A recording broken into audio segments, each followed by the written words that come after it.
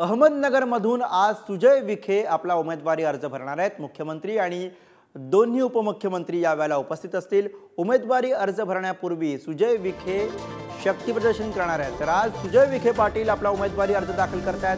नगरमधून ते पुन्हा एकदा निवडणुकीच्या रिंगणामध्ये आहेत आणि आज उमेदवारी अर्ज भरतेवेळी मोठे शक्ती प्रदर्शन महायुतीकडून केलं जाणार आहे। सुजय विखे यांना यावेळेला निलेश लंके यांच्या रूपाने तगडं आव्हान असणार आहे। उमेदवार डॉक्टर सुजय विखे पाटील आज आपल्या उमेदवारी अर्ज भरणार आहे। स्वतः सुजय विखे पाटील आपल्या सोबत आहे, आपण त्यांच्याशी चर्चा करूया। आज उमेदवारी अर्ज भरतायत, मुख्यमंत्री दोन्ही उपमुख्यमंत्री उपस्थित राहणार आहे। मात्र भाजप अंतर्गतच उमेदवारीला भरपूर वाद होता, कुठेतरी उमेदवारी संदर्भात देखील दावे प्रतिदावे करण्यात आले होते। कसं बघताय याकडे? आदरणीय प्रधानमंत्री नरेंद्र मोदींच्या नेतृत्वाखाली महायुतीला उमेदवार म्हणून मला भारतीय जनता पार्टीने संधी दिली।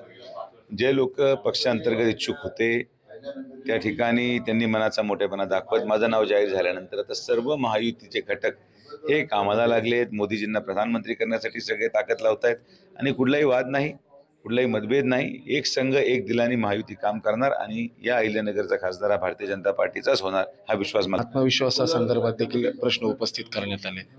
आत्मविश्वासाची कमतरता कोणाला आहे हे त्यांना विचारावं। ज्यांना अहिल्यानगरच्या लोकसभेसाठी त्यांचे पक्षाचे 2 आमदार असताना देखील दुसऱ्या पक्षातून गेलेला आमदार आणावा लागतो, याचाच अर्थ आत्मविश्वास कोणत्या पक्षाचा डगमगलेला आहे हे जिल्ह्याच्या जनतेला माहिती आहे। उमेर सय्यद, पुढारी न्यूज, अहमदनगर।